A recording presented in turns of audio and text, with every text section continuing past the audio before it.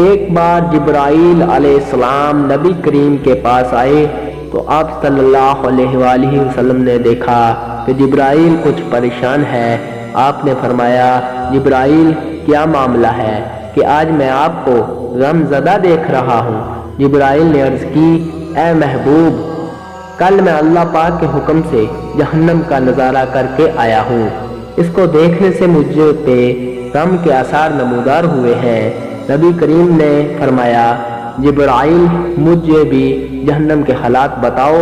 جبرائیل نے عرض کی جہنم کے کل 7 درجے ہیں، ان میں جو سب سے نیچے والا درجہ ہے اللہ اس میں منافقوں کو رکھے گا۔ اس سے اوپر والے 6 درجے میں اللہ تعالیٰ مشرک لوگوں کو ڈالیں گے۔ اس سے اوپر 5ویں درجے میں اللہ تعالیٰ سورج اور چاند کے پرستش کرنے والوں کو ڈالیں گے۔ 4تھے درجے میں اللہ پاک آتش پرست لوگوں کو ڈالیں گے۔ 3رے درجے میں اللہ پاک یہود کو ڈالیں گے۔ 2سرے درجے میں اللہ تعالیٰ عیسائیوں کو ڈالیں گے۔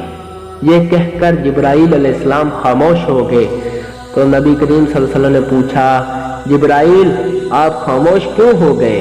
مجھے بتاؤ کہ پہلے درجے میں کون ہوگا؟ جبرائیل علیہ السلام نے عرض کیا اے اللہ کے رسول، پہلے درجے میں اللہ پاک آپ کے امت کے گنہگاروں کو ڈالیں گے۔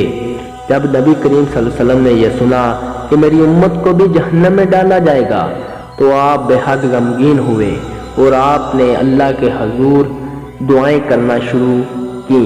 3 دن ایسے گزرے کہ اللہ کے محبوب مسجد میں نماز پڑھنے کے لیے تشریف لاتے، نماز پڑھ کر ہجرت میں تشریف لے جاتے اور دروازہ بند کر کے اللہ کے حضور رو رو کر فریاد کرتے۔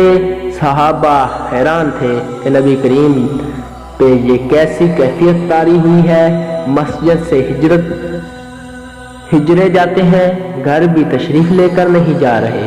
جب 3را دن ہوا تو سیدنا ابو بکر سے رہا نہیں گیا، وہ دروازے پہ آئے، دستک دی اور سلام کیا، لیکن سلام کا جواب نہیں آیا۔ آپ روتے ہوئے سیدنا عمر کے پاس آئے اور فرمایا کہ میں نے سلام کیا لیکن سلام کا جواب نہ پایا، لہٰذا آپ جائیں، آپ کو ہو سکتا ہے سلام کا جواب مل جائے۔ آپ گئے تو آپ نے 3 بار سلام کیا لیکن جواب نہ آیا۔ حضرت عمر نے سلمان فارسی کو بھیجا لیکن پھر بھی سلام کا جواب نہ آیا۔ حضرت سلمان فارسی نے واقعہ کا تذکرہ علی رضی اللہ تعالیٰ عنہ سے کیا۔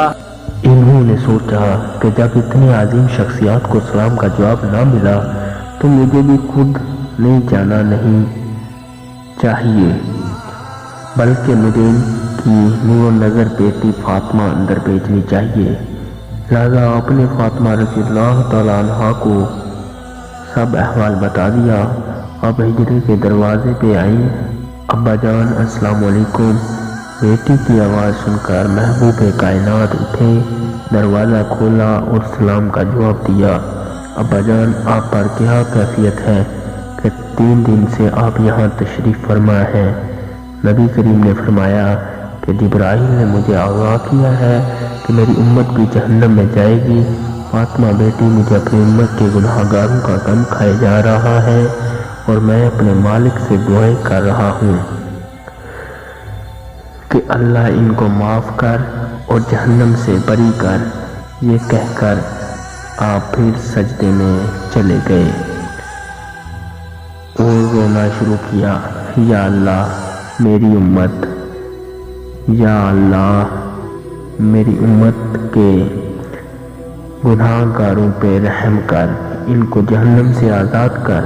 کہ اتنے میں حکم آ گیا، وَلَسَوْفَ يَعْطِيكَ رَبُّكَ فَتَرْضَىٰ، اے میرے محبوب غم نہ کر، میں تم کو اتنا عطا کر دوں گا کہ آپ راضی ہو جائیں گے۔ آپ خوشی سے کھل اٹھے اور فرمایا لوگوں، اللہ نے مجھ سے وعدہ کر لیا ہے کہ وہ روز قیامت مجھے میری امت کے معاملے میں خوب راضی کرے گا، اور میں نے اس وقت تک راضی نہیں ہونا